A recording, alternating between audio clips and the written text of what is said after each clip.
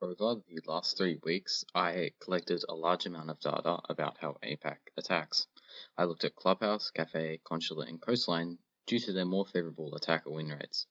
We also gathered some data on Oregon in order to compare what was so different between the more attacker-favored maps and the defender-favored maps.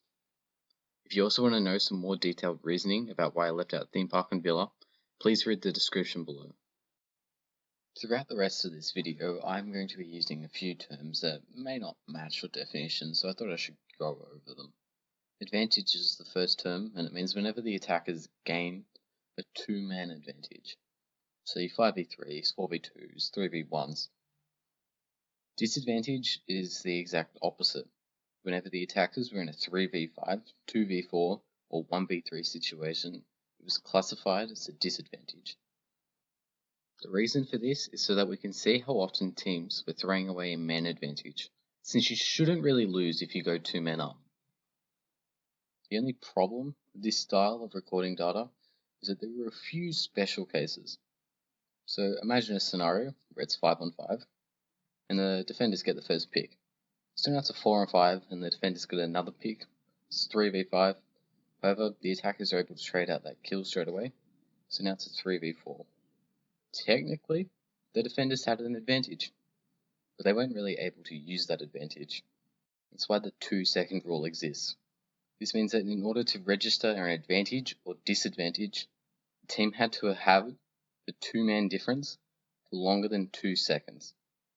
Another reason why I wanted to create these definitions was so that we could see what happens when the rounds don't really spiral out of control and you end up in a clearly advantageous situation for either side. So the rounds where neither side gains that advantage, they're called no clear advantage or not clear advantage. Swing rounds are also another interesting case where both sides gain the advantage, meaning that it goes from being a 5-on-3 to a 1-on-3. Here's some general interesting statistics. The attackers got the opening pick majority of the time on all maps except for Consulate and Oregon. The attackers gained the advantage in 46% of all rounds, winning 90% of them. Now the defenders only got the advantage in 31% of rounds, winning 94% of them. That means, in the rounds where no advantage was gained, made up 23%, and the attackers only won 34% of them. That's not the even split that I was expecting. I think this can be explained by the fact that simply trading out kills isn't going to win the attackers the round. Aggressive plays can be traded out, but your thermite is still dead, and that's going to have a huge impact on the round. Now on to the actual question. Why is APAC attack decided? All the statistics in the world aren't going to answer the question. But to me, across all the rounds that I watched, there appears to be 2 compounding reasons. Both are different, but they sort of lead into each other.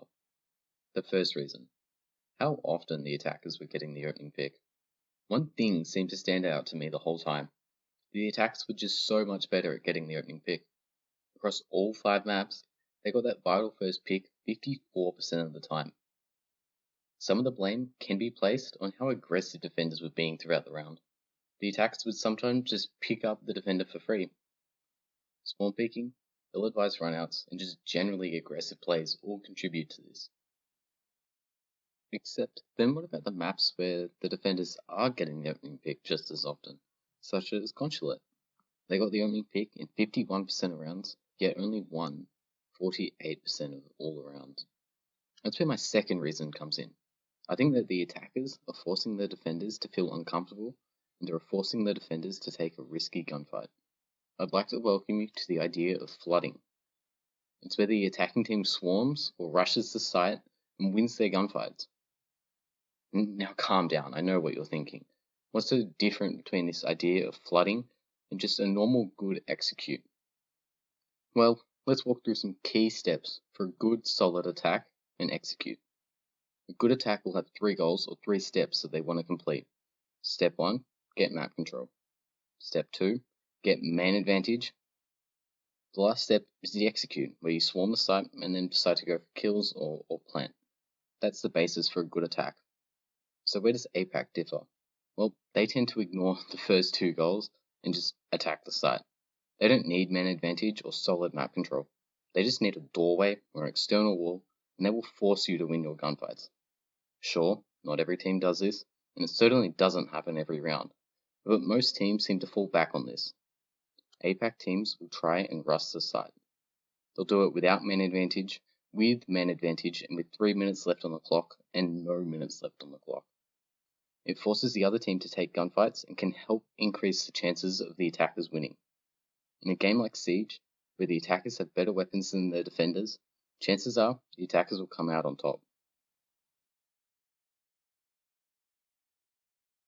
So here's some interesting facts that I have, but couldn't really fit them into my argument. Did you know that 60% of rounds finish with less than 20 seconds left? That the average post-plant win rate is 82%? Or that the diffuser is planted 37% of the time on both coastline and consulate, yet only planted 20% of the time on cafe? The defenders also got the advantage on 54% of rounds on Oregon, which is a full 25% above the region average. One with a pistol swing is something where Sophia picks her back up. The desperation on a man swinging a pistol round from a close quarters. Wow, there's another gun that Jaeger would be great with right now, but he's very limited and he's not seeming like he is. Oh, so close. Sure, my analysis may have seemed pretty general in the end, but I hope that you understand and agree with some of the points that I made. The opening pick is still the best sign on who's going to win, and if APAC defenders keep on peaking, then I guess APAC will remain the way it is. Not that I hate it. In fact, I think it's enjoyable to watch. But thanks for watching, and subscribe for more content like this.